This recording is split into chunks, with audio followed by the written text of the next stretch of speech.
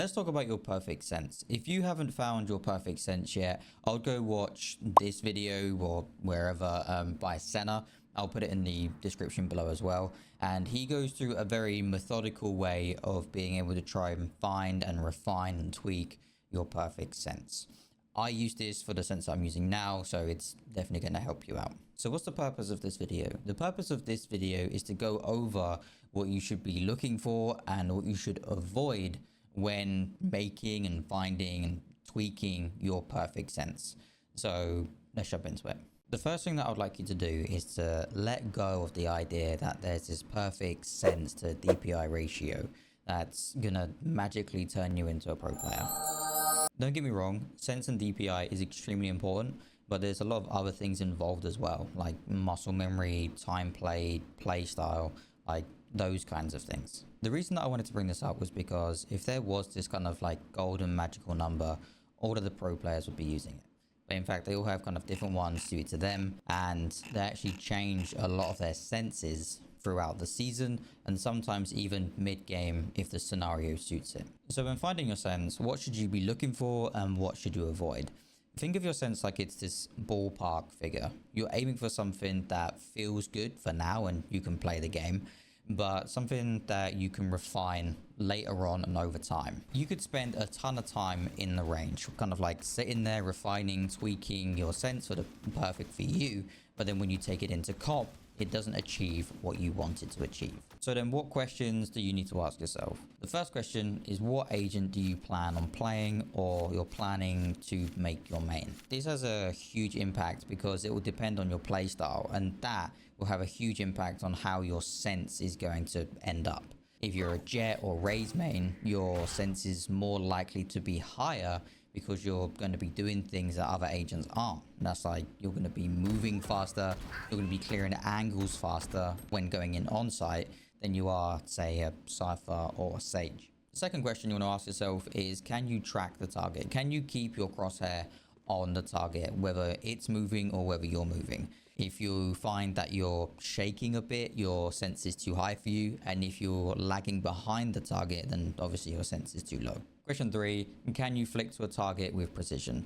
Now, this is an interesting one because it's a combination of your sense and muscle memory.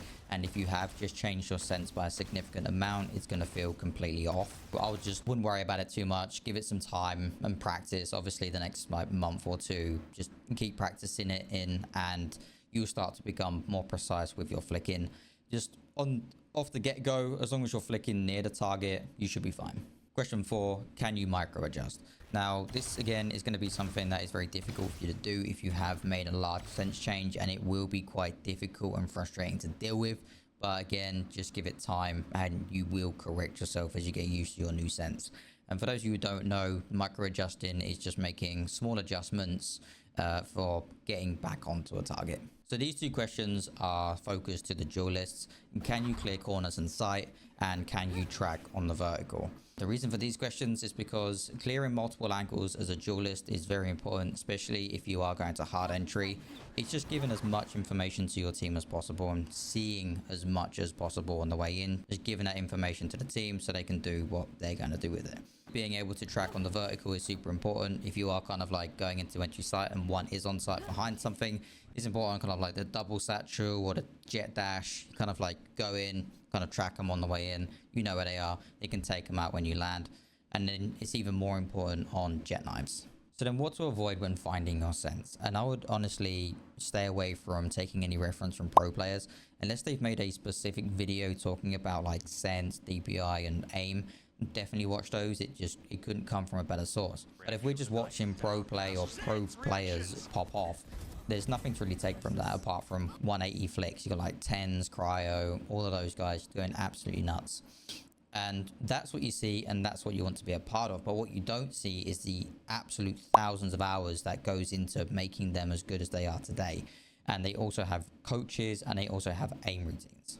Don't get me wrong, it's completely fine to aspire to be like them, but we need to build a strong foundation first before we jump into practicing flicking and headshots and all these kinds of things all day. My last point about Sens is, does your setup support what you're trying to achieve? if you have a very small mouse space but you're trying to be a low sense player, you're going to run into some issues and you're going to have a bad time because you're always going to be flying off your mouse pad no matter what you do.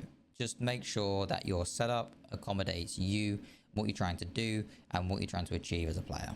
All right, guys, I know this was kind of a long video, but I appreciate you for watching as always, and I hope it helped you kind of get a better idea of what you're looking for when you are adjusting and tweaking your sense.